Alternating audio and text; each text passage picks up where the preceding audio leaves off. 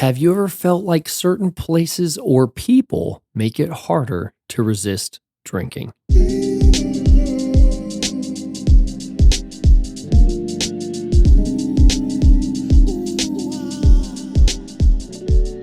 Welcome back to the Quit Drinking Alcohol podcast. I'm Dylan, and I'm here to support you on your journey to an alcohol-free life. In our last episode, we explored the signs of problematic drinking, looking at some of the patterns and behaviors that can signal it's time to make a change.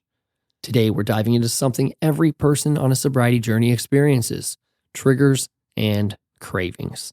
These can be some of the most challenging parts of breaking away from alcohol, but they're also manageable once we understand them.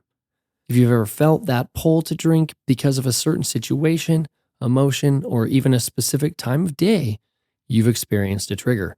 Triggers are those cues that make us crave a drink, and knowing how to identify and handle them is key to staying on track. So in today's episode, we're going to talk about what triggers are, why they happen, and some practical tools to manage them effectively. Let's get started. Before we dig into the details of triggers and cravings, I want to share a bit about my own experience with this. I remember early in my journey to quit drinking, certain situations or emotions seemed to pull me toward alcohol almost automatically. It could be something as simple as a stressful day at work, or even something as positive as a celebration. One of the things that surprised me was just how powerful these triggers were. I would find myself craving a drink without even realizing why.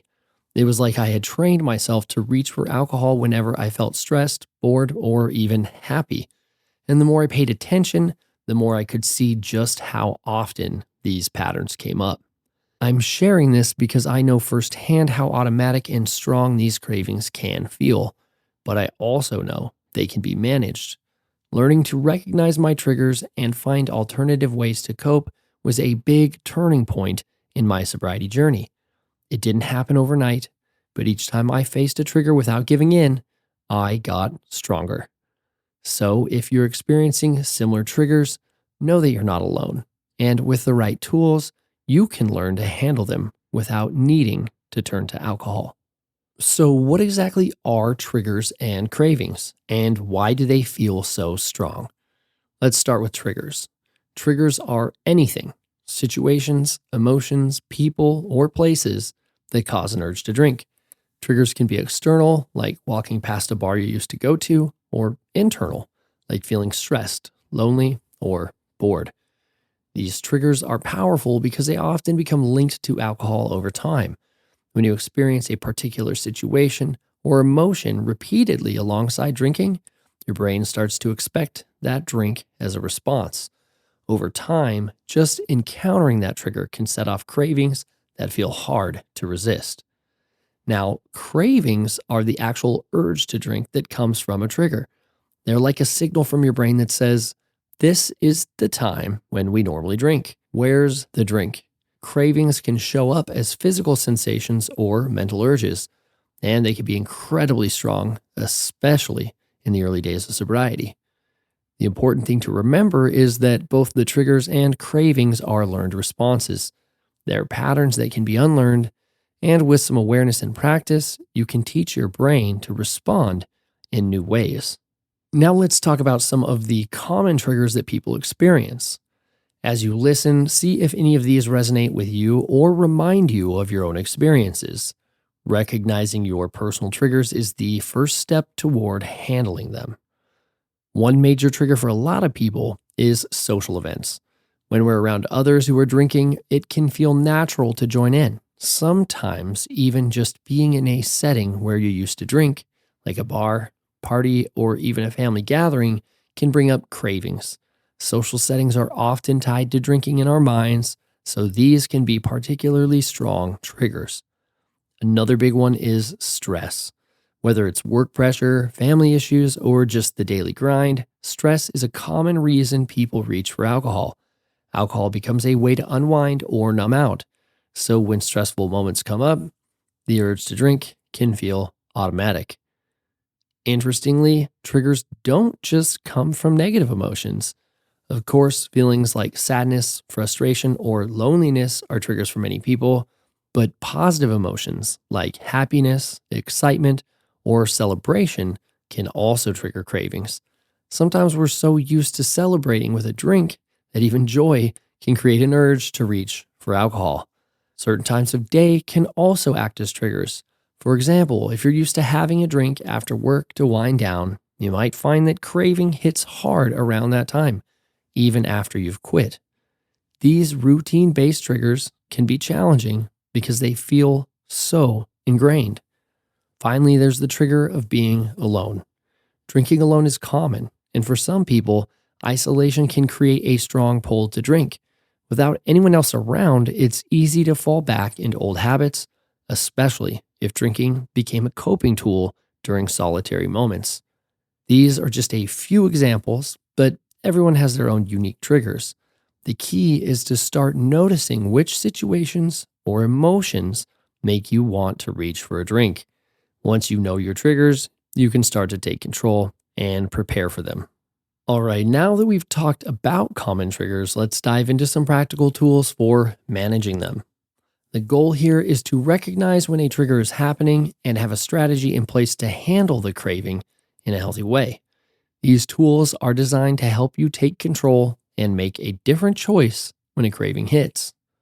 The first tool I want to share is what I call the pause technique.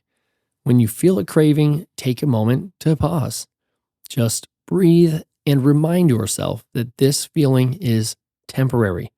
It will pass. The pause gives you a moment to step back, recognize what's happening, and remember your reasons for quitting. Even a few deep breaths can help reduce the intensity of the craving and give you a clearer head. Another important strategy is to create an action plan for your known triggers. For example, if you know social events are a trigger, plan ahead. Bring a non-alcoholic drink, practice saying no thanks, or even decide to leave early if you need to. Having a plan in place makes it easier to handle cravings without feeling caught off guard. Sometimes the best way to deal with a craving is to redirect your attention. Find something that occupies your mind and body, like going for a walk, calling a friend, or working on a hobby. The goal here is to shift your focus away from the craving and onto something that's enjoyable and positive. In moments when cravings feel strong, it can help to remind yourself of why you chose sobriety in the first place. Think about the benefits you're experiencing or the goals you're working toward. This can be a powerful motivator and can help you push through the craving by focusing on the positive changes you're making. And lastly, remember to practice self-compassion. Cravings are natural, and experiencing them doesn't mean you're failing or weak. Be kind to yourself and recognize that this is part of the process. Each time you face a craving without giving in, you're building resilience and taking control of your life. With these tools, you'll be able to handle cravings as they come up, and over time, they'll become easier to manage. The more you practice, the more natural these responses will feel. So now that we've talked about tools for handling cravings, I want to leave you with a question to reflect on. One of the most powerful things you can do is start paying attention to your patterns, especially when it comes to your triggers. Here's a question to consider. When do I notice my cravings are strongest, and what tends to trigger them? This reflection can be incredibly insightful, and if you're comfortable, try writing down your thoughts in a journal. You might notice that certain times of day, emotions, or situations bring up cravings more often. Self-reflection is about becoming aware without judgment. It's not about beating yourself up. It's about learning what makes you feel vulnerable so you can be prepared. The more you understand your triggers, the better you can handle them. So take a moment over the next few days to think about your personal triggers. It's one of the most powerful steps you can take toward breaking the cycle and reclaiming control. So that's it for today's episode. We've covered a lot: what triggers and cravings are, common situations that bring them up, and some tools you can use to handle them. Remember, cravings are natural, and facing them doesn't mean you're failing. With awareness and a few good strategies, you can get through them and continue building a life that feels strong and stable. If you found today's episode helpful, I encourage you to put some of these tools into practice and take some time to reflect on the patterns you're noticing in yourself. It's a powerful way to get closer to understanding what you need to stay on track. Thank you for joining me today. In our next episode, we'll be exploring healthy coping mechanisms beyond alcohol. We'll look at some positive ways to handle stress and emotions so you can start building new habits that truly support you. I hope you'll tune in for that one.